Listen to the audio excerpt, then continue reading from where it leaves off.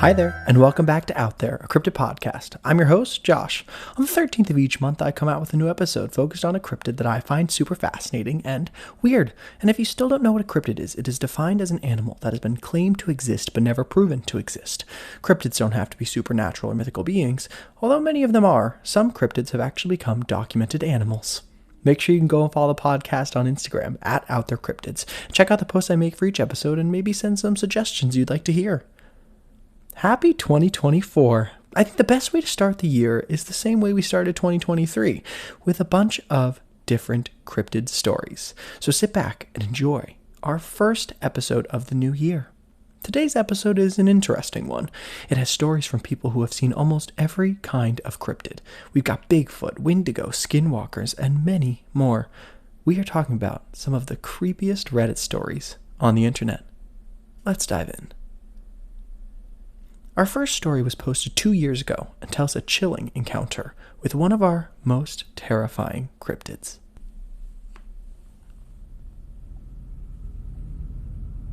I'm normally pretty logical about seeing weird things. I work nights and go long periods of time without sleeping, so my mind playing tricks isn't super unusual. But this happened in broad daylight, with other people around, and it has left me completely confused as to what happened.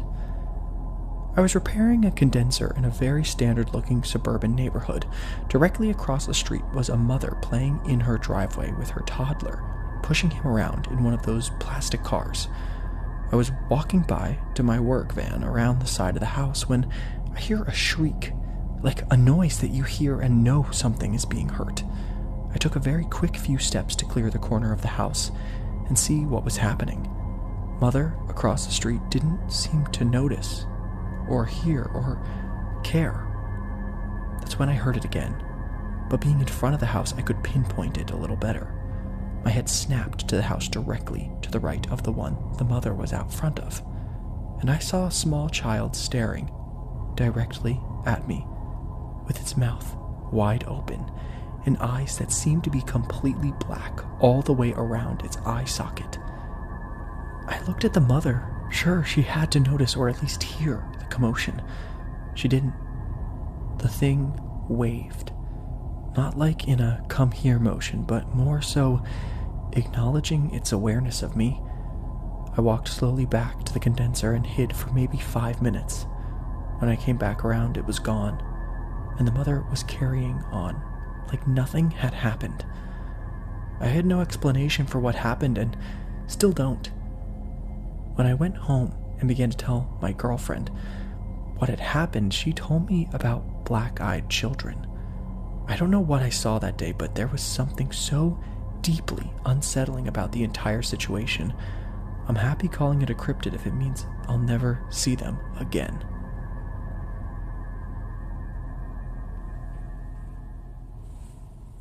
Chills. Can you imagine being this person? Now, this doesn't sound like our usual black-eyed children, since the being wasn't trying to get inside nor asking for help from the man himself, but perhaps this creature was about to do something to that mother, and our witness was just in the wrong place at the right time. This next story comes from the user Rajan40 and was posted 10 months ago.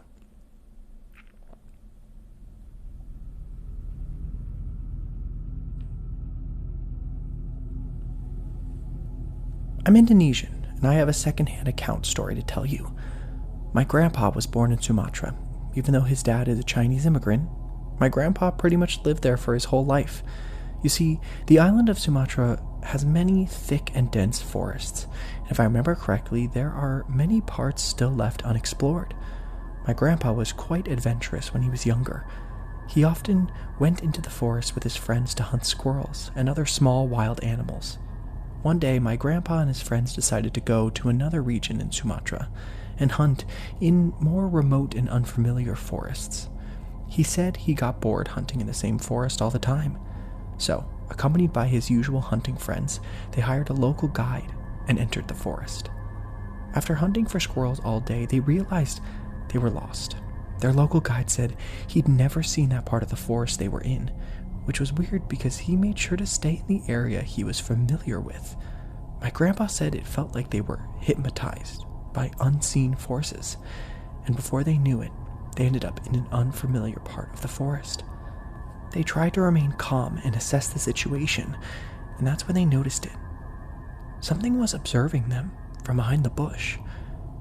My grandpa said it looked like a hybrid between human and chimps, and it's kinda small, about as tall as an adult's waist. He couldn't explain it well, because how weird that thing was. But he remembered one particular detail about the creature, or thing. Its front foot was reversed in position. So when the creature walked, it looked like the creature was walking backwards. The creature noticed my grandpa's party was aware of its presence and walked away from the scene. Weirdly enough, the creature wasn't running at all, so out of curiosity, the party decided to follow the creature. They arrived at an open area where a herd of the creature gathered. My grandpa said they were talking some kind of unknown language, like a wild man language. The party decided enough curiosity and time to scram out of there because they were in an unknown situation, and they could be in a real danger. After walking for hours, they miraculously reached the edge of the forest sometime after sunrise, and luckily enough of the creatures didn't follow them at all. It's up to you guys to believe me or not, but one thing I know for sure, my grandpa wasn't a liar. He kept telling us this story even after he reached a very old age. This story got me into cryptozoology, and of course I did some research on the orang pendek. And some testimonies from natives across Sumatra were similar to my grandpa's. One thing that I want to mention is the creatures speak some kind of unknown language. That's why the very first time I heard Sierra sound, I got shivered all over my body. To think these creatures are intelligent is very exciting.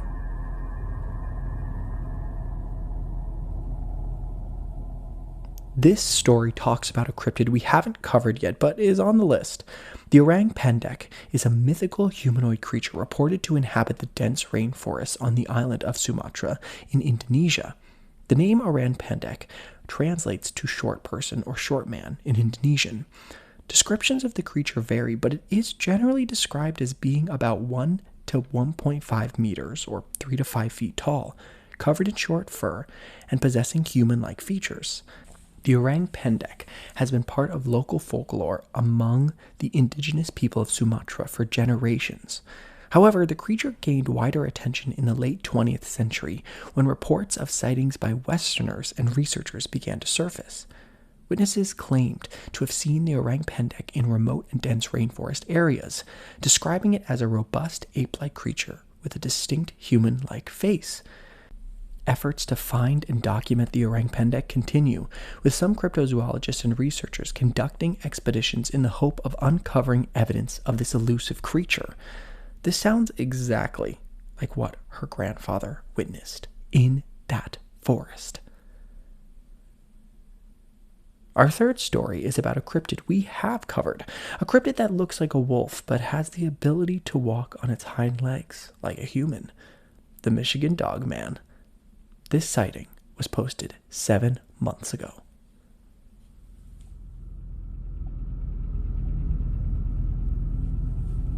I was on my way to go camping and had just crossed the Mackinac Bridge to get to Michigan's Upper Peninsula. It was storming and just started pouring buckets of rain. It was the kind of rain that forces you to put the windshield wipers on full speed, and you still have to slow way down and strain your eyes to see. While driving up a hill, my daughter and I saw a man standing in the middle of the road.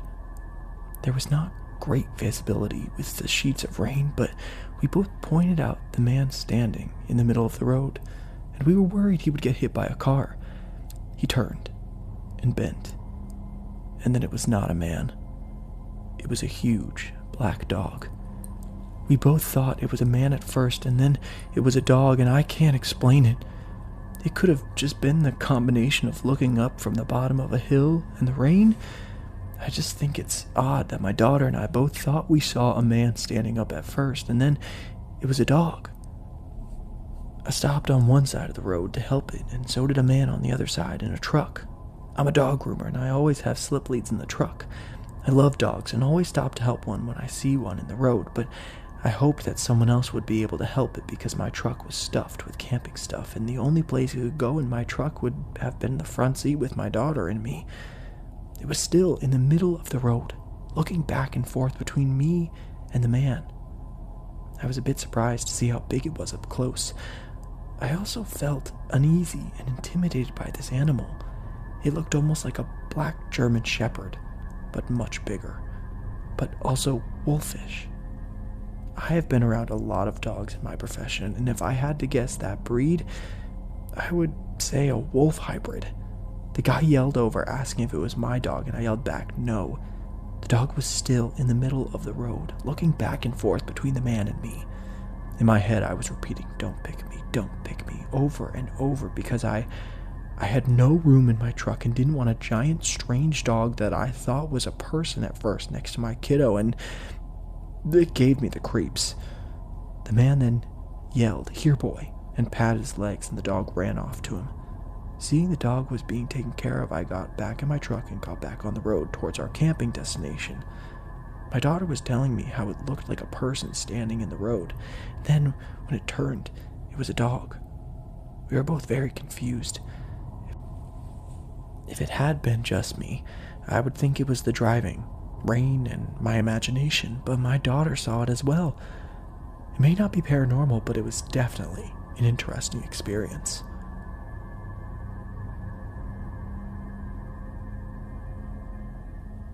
Now, someone asked a clarifying question on the post, and the witness wrote back and said it was very big, bigger than a shepherd, and to be honest, I have never seen a wolf up close in person, so I can't compare the size. It was just standing there looking between me and the guy on the other side of the road.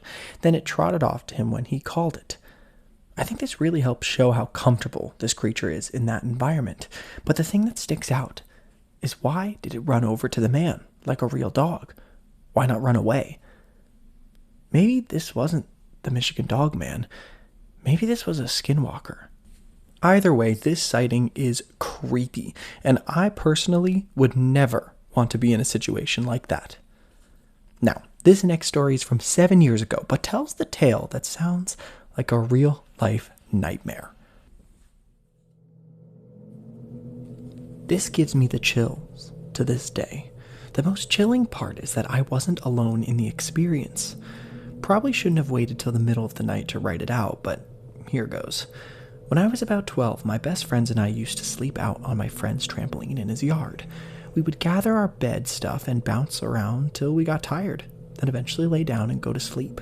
We all lived out in the country in Ohio, so the night sky was always awesome to check out while we talked and dozed off. We had campouts like this during summer breaks for years. One particular evening, it was my two best friends and I, Kyle, Brandon was Kyle's cousin, and another friend of ours, Jeremy. And after winding down, we're laying there talking when we noticed that there's something floating over the woods nearby. You couldn't see it directly, just that it blocked the stars out as it slowly moved. It was just a little higher than the treetops and completely silent. We were just some dumb kids, so we just watched it. Slowly it drifted until it was directly over top of us. Then suddenly, there was this light that I could not describe, more than blindingly bright, disorientingly, cripplingly bright, like it shone down into you. The next thing I remember, we were all standing inside Kyle's house looking out his sliding glass back door at it still hovering there. Then it glides off. We were all spooked for sure, but we decided to go back out to go to bed on the trampoline. We're laying there for a while, and the next thing we know, it comes back again and does the exact same thing. Again, we find ourselves inside looking out the back door. Beyond all reason, we go back outside to bed again. Same thing happens again. Then we finally say screw it and sleep inside with the lights on.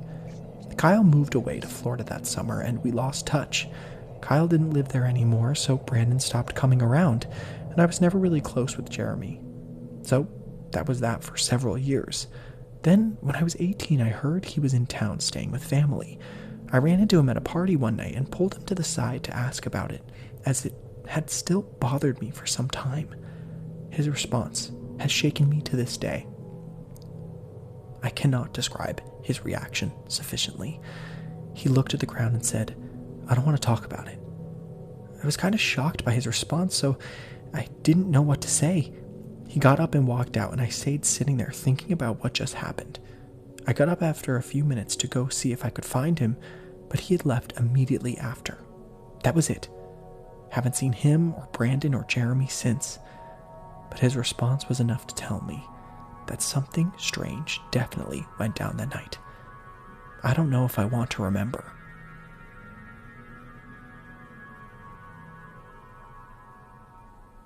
I mean, come on. This really is absolutely insane. The sighting is so wild that I can't imagine someone just making this up. It's very possible what they experienced that day will never be fully revealed to them.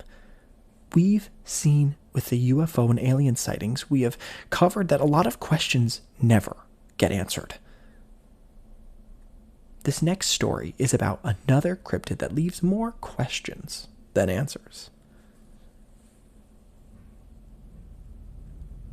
One day my wife came home. We were living in an apartment in Midtown. It's about 10 p.m. and I was taking the trash to the dumpsters in the alley behind my complex.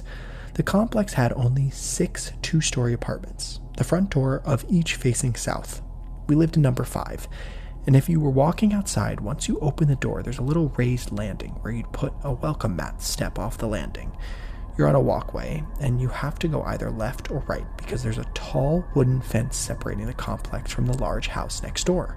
So, if you turn right and walk down past apartments 4 through 1, you run into a gate.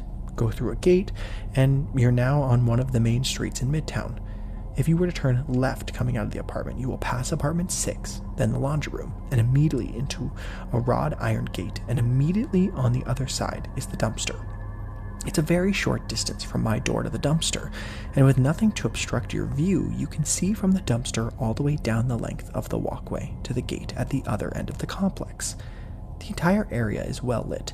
Literally, every unit would turn their front porch light on every night, and there is a street light right where the dumpster is, and one right on the other side of the street side gate, so it was easy to see my wife open the gate and head up the walkway towards our apartment.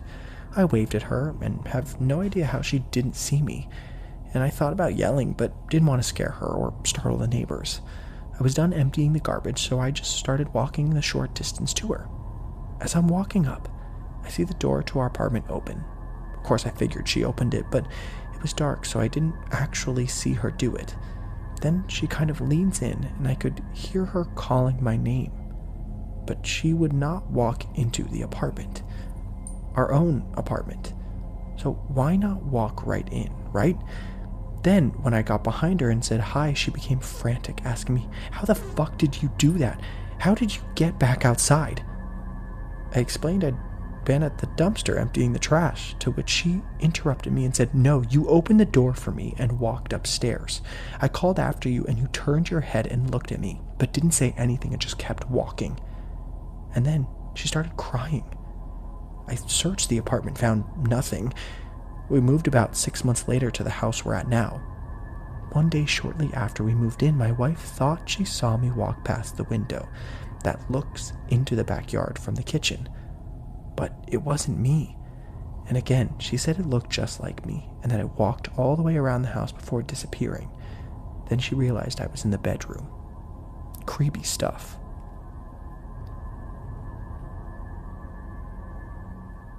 That's right, doppelgangers. This sighting was posted about 2 years ago, and boy, oh boy, is it creepy. And this happened to people who never dabbled in the paranormal or cryptid world at all. The writer explained after their post, "We're not believers. We don't see the paranormal in the everyday, have no history of seeing ghosts or spirits. We aren't ghost hunters. We aren't religious. We aren't cult members. We don't worship the devil. We're rational adults with a family and careers who always look for the rational solution that can be backed by science."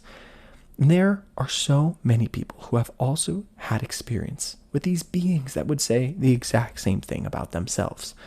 The thing that's interesting about this one is she let it in. She let it into the apartment. So, hopefully, nothing bad happens from that, right? Our next story was posted 8 months ago and tells a fascinating tale of a tall ape-like creature we all know and love. I was trying to sleep in a camper van with my BF in the woods of Tennessee back in the 80s. We pulled way back into the woods on an old logging road. We parked, and we were putting our sleeping bags down in the back when we heard weird noises.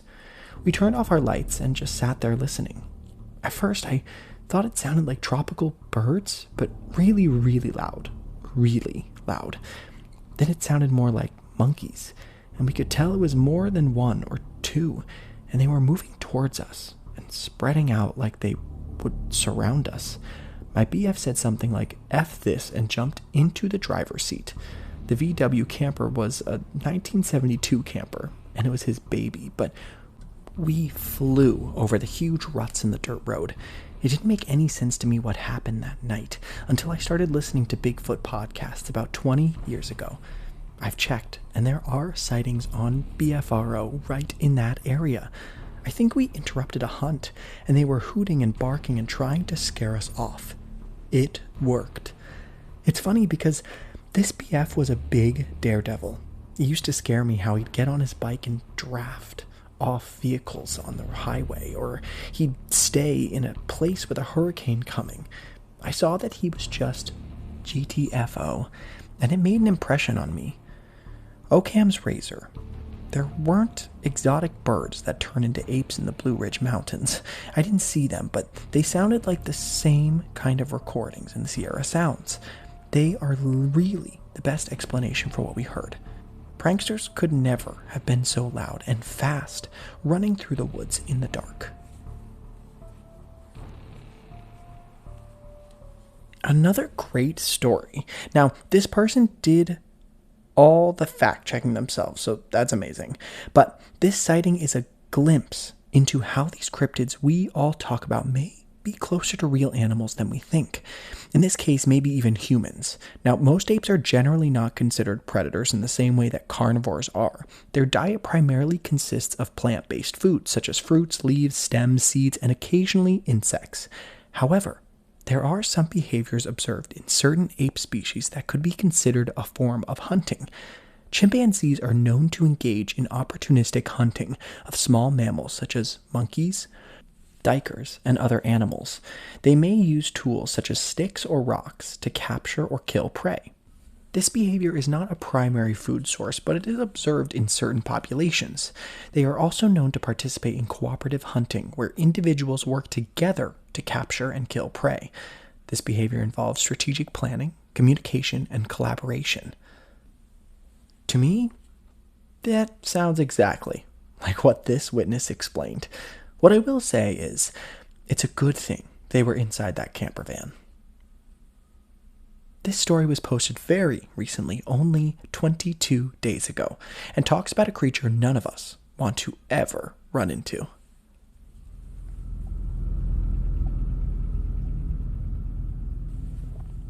It was around 2020, 2021, or the COVID era, and me and my buddy T decided to carry shears and a machete he got from his birthday out into the woods to reopen a massive canal that had about 3 smaller trees laying in it. They weren't thick or anything, just horribly decayed and broken. These trees had created an almost weird dam that would reroute or push the water to the side of the canal, basically making it erode a perfect trail for dirt bikes, four-wheelers, etc. So, there we are, staring at the trees we were about to chop down and get appraised for. We just wanted to talk about it, lol. We get to work, and we got about 3 hours in, and have gotten about 1/3 or 2/5 of it done.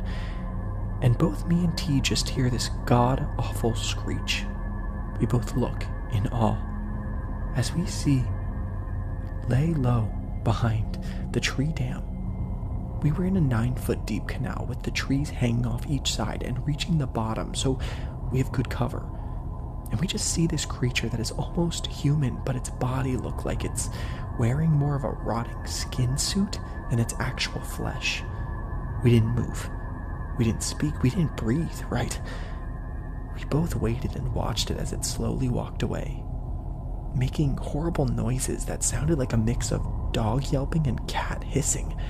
It disappeared from our sight and booked it back home. Now, this canal is about a mile long, so it isn't just a quick trip. We both never stopped running, and we forgot the cooler and shear. We made it back around 7 p.m. and just sat there in his living room, petrified.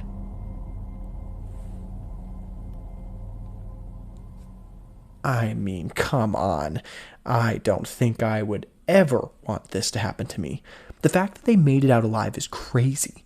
The witness went on to say that the creature had a dog-like face, pale skin, narrow limbs, and a weirdly, almost primitive-like clothing.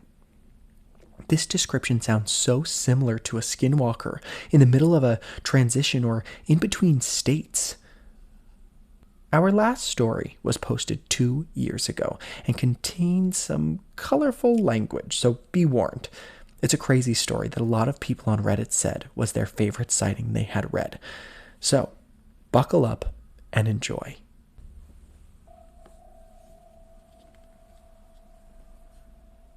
I was on a ferry for a school softball trip off Kodiak Island, AK, 2014. I was 18. A whole bunch of us had snuck up on the deck around 11 p.m. to watch the waves and smoke cigarettes and weed and generally be teenagers on a boat without supervision. It was 11 p.m. in May in Alaska, so the sun was thinking about setting, but it was still pea bright outside. So we're just doing our thing, and we notice a pod of orcas swimming with the ferry's wake, which is cool, but not like unusual. If you're familiar with the dimensions of an orca fin, you know they're about 4 to 6 feet in height and look like big black spikes coming out of the water. They travel and hunt in pods of anywhere between 15 to 40 whales, apex predators, the beautiful demon murderers of the sea, total assholes. Top of the food chain. So we saw a pod of orcas, counted them to be around 10, 15 with some babies scattered in there. Very fun to watch. Took them a good 30 minutes to go all by. We tried to get pictures, but it was just dark enough that our shitty phone cameras weren't much good. Another 30 or 40 minutes go by, and we've all pretty much sobered up, and it's about to get dark, and we're cold and sleepy, and about ready to go in. No more orcas. Haven't seen one for like half an hour. Then one of my JV girls spots another one, so we all turn and look. But one dorsal fin is immediately followed by another, and another, and another, and then two more, and then two more after that, in 2 separate rows, and they're taller by a lot, and jagged, like some have whole chunks torn out of them, and they're all 8 to 10 feet high, and they're all attached to one creature. And we can't just barely see it slicing through the water, covered in these rows of spikes, and it just keeps coming. This thing is 20 or 30 feet from the ferry, running parallel to it. We are all transfixed. There's like 9 or 10 of us, and no one is saying a word because we've all turned to look at a whale, and we are all now watching something that is like horrifically, terrifyingly, obviously not a whale. Someone tries to take a picture, but it's too dark. At this point, the only reason we can see this thing is the light cast from ferry portholes. Tale as old as time when it comes to things you really fucking wish you had a picture of. But we all stand there, completely scared, fucking stiff, in awe, and we watch this thing just keep surfacing for a good 6 or 7 minutes, which means that whatever it was long, like 60 or 70 feet long, or longer, and covered in enormous spikes that looked like they'd won thousands of battles with God knows what. It took what felt like an eternity for any of us to say anything. After the last of it disappeared back into the strait, I mean, if you and like 8 of your friends had just all seen something that all science had definitely pointed to not existing, and you had all seen the same exact thing, and it was very obviously trailing, nay, hunting, not 1 but 15 something apex fucking predators. What do you even say to break the silence? That's the thing that eats me about the whole thing. It was hunting.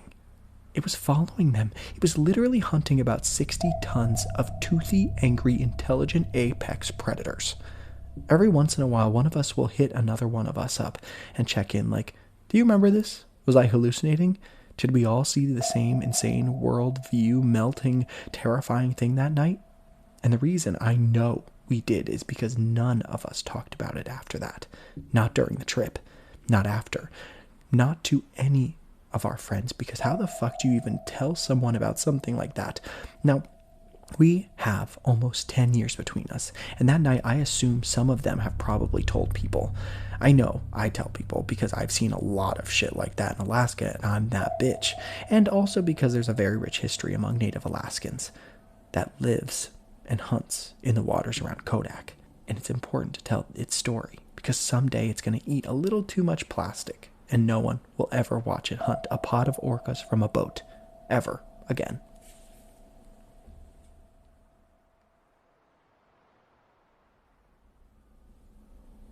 I mean, this person is passionate about what they saw.